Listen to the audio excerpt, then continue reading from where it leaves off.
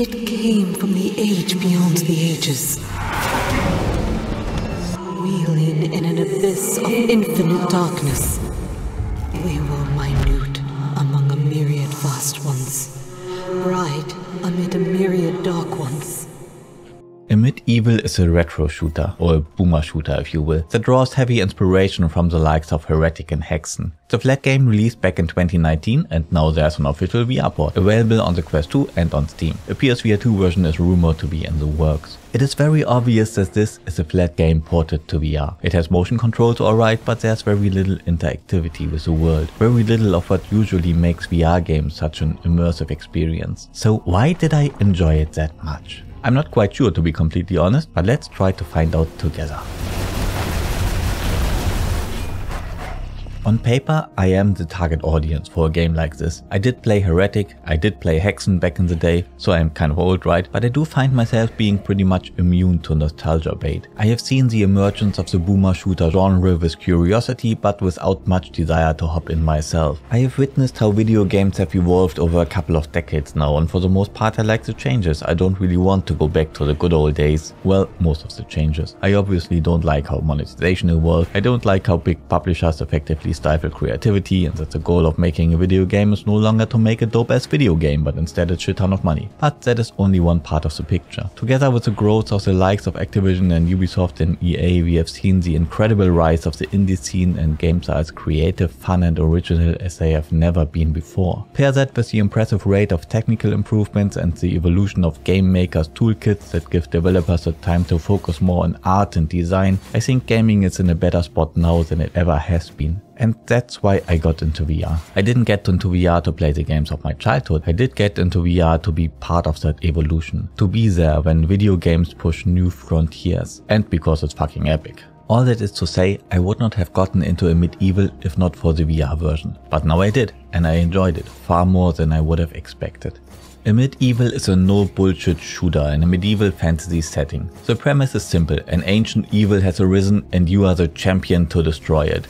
The game is separated into 7 episodes, each with 3 levels and a boss fight. Every episode has its unique theme, style and enemies. The VR version adds motion controls. There's one melee weapon in case you run out of mana that is used by swinging. There are 2 ranged weapons that look like melee weapons. These are also fired by swinging. These 2 ranged melee weapons are aimed at the center of your screen, so where you look at, while all the other ranged weapons are aimed with your controller. So look aiming takes a few swings to get used to, but it works pretty well. It has a little bit of a lock on to make up for the fact that it's pretty hard to aim straight while flailing around with your arms. I had one problem with this mechanic I want to point out. The movement you have to do to fire your shot does not take account of the direction you are looking towards. So I had a hard time using these weapons while looking up or down, because you would have to swing the weapon outside of your vision cone. That is the thing I would like to see fixed. Apart from that, they felt very good to use. That's pretty much it for the changes of the VR version, at least for the obvious changes. We will get a little bit into how the feel of the game changes in VR later in the video. So the first thing I tried when getting into the game proper was to block with the X. Does not work. The game has a lot of platforming and jumping. When I miss a jump, I tend to instinctively try to grab onto the ledge. Does not work. Well, it's obvious that it doesn't work. If they would introduce some sort of vaulting or climbing mechanic, they would need to rework the whole level design. But still, these are the moments that make it very apparent that this is not a made for VR game, but just a port of a flat game. To get back to the question from the intro of the video, why did I enjoy this so much? One of the answers to that question is not VR specific, but comes down to how the game is designed, specifically level design. The levels of the first episodes are clever. You usually get to a locked door early on, and the way to get the key will eventually loop you back to that door. It has a nice flow to it.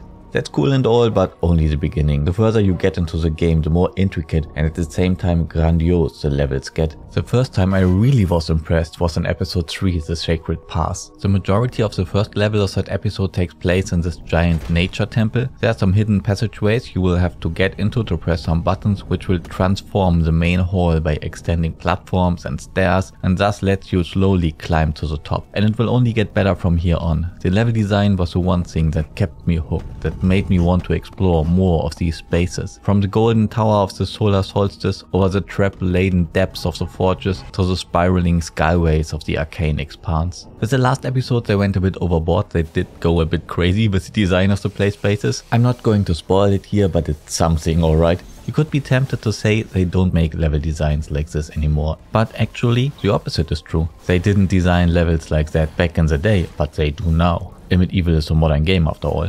After I finished the game in VR, I went into the flat game to see how it compares, and there are two things that immediately stood out to me. First, the VR version is much easier. I played on medium difficulty and found the game to be very easy. There initially was a bug that prevented additional enemies to spawn in on harder difficulties, making those way too easy as well, but that was fixed with a quickness. So if you are familiar with VR shooters, I would recommend going in on a harder difficulty right away for a more balanced experience. There is a hidden difficulty setting, Evil Mode, just in case hard is still too easy for you, you can start searching for that. The other thing that stood out to me while playing the flat version is how small everything seemed to be in comparison. The incredible sense of scale you get while exploring the grandiose architecture of this world is just not there in the flat game. I have played a lot of games that are available both on a flat screen and in VR, mainly thanks to the incredible flat to VR modding community, but never have I felt such a difference in scale as here. I can't put exactly what it is, but the game was a lot more impressive to experience in VR than on a flat screen, and I mean a lot more.